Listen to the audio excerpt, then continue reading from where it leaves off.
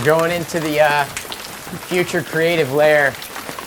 We just traveled down the Nile River.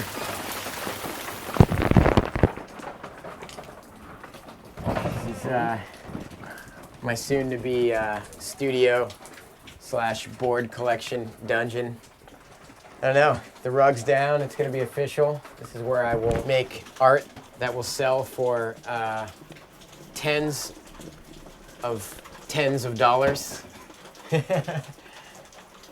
I kind of avoid talking about art as much as possible, but I'll try.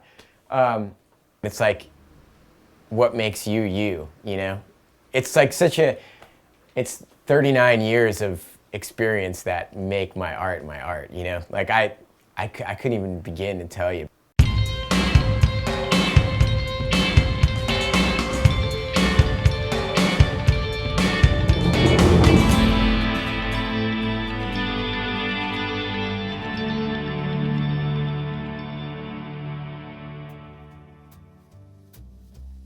My parents like surrounded me kind of with like art and culture. I was pretty fortunate that way, so I always had like an awareness of art outside of skateboarding. My parents brought me to museums, and I had books on Picasso when before I even skated. I knew vaguely about art, and I was lucky to know that separate from skating.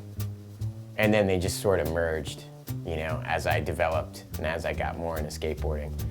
I first started skating around 1979 because my godbrother got a ramp in his backyard. All of a sudden he had a vert ramp. I wasn't allowed to skate, but I would sneak out there and ride his boards. That same year, later that year, my mom got me like a little plastic skateboard. I instantly fell in love with skateboarding. I don't know, for whatever reason. Like, I used to like put on fake contests and set up cones and who could do the most 360s in school and stuff, but I was the only one that really wanted to throw this contests. So for whatever reason, I just got drawn into it. And then once, like, you know, my brother brought home like early copies of Thrasher magazine and the Bones Brigade video show. Once I saw like Lance Mountain and the fact that he skated through and like bomb dropped off his roof and skated the parking block, and then every kid that skated in my neighborhood, we were all trying to be Lance Mountain, you know? We couldn't find a vert ramp or be Steve, you know, Cab or Tony, but we're just like, dude, we're Lance Mountain, like cruising through our neighborhood, you know? So obviously he was a great skateboarder, but it was more just like his character, the character he created around himself that really kind of drew me in as a kid. And then I started realizing the difficulty of the tricks and appreciating all the pros more, you know? It was just, I was done. I never looked back. Little boombox drawing. Boombox. I've gotten like flack, like people think I have like Gonz art, you know? Like, you just draw like Gonz. I've heard that so many times, but my sister, we used to like sketch cartoons and stuff, and I started sketching like little characters and cartoons and like writing words with all my drawings as a kid before I even skated. Things like my crown drawing, I've been drawing crowns for so long, like, I don't know where it comes from. It's just like stuff I gravitated towards, I guess.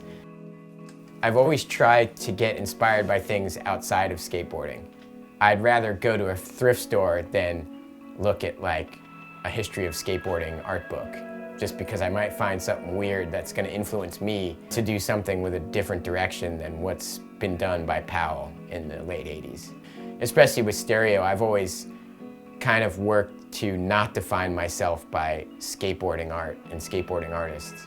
There's something really exhilarating about having someone really like your work that knows nothing about your skateboarding and saying like, oh, I really like your style. Like, I like that like vibe, and I really love your colors. I get that all the time, and I'm always like, thanks, you know, on your pieces or whatever. And that's rad. I love when someone outside of my circle that knows nothing about me thinks this is cool.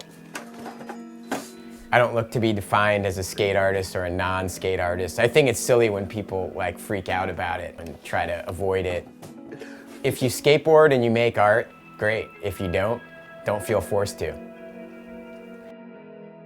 Took art classes in high school and stuff like that. I kind of gave it up when I started really getting sponsored for skating. I kind of like left art for a few years, or just didn't draw or do anything like that.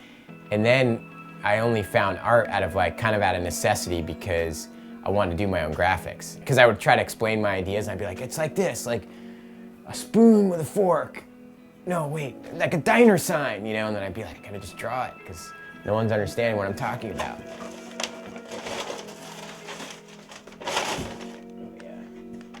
Skateboarders tend to be really creative people, and that's just how it is. That's why skateboarders are musicians.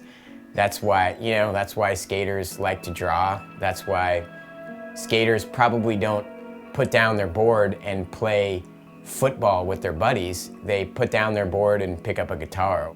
I think it's a little silly to run from it and feel the need to fight against it, because that's one of the things that makes skateboarding so cool, you know?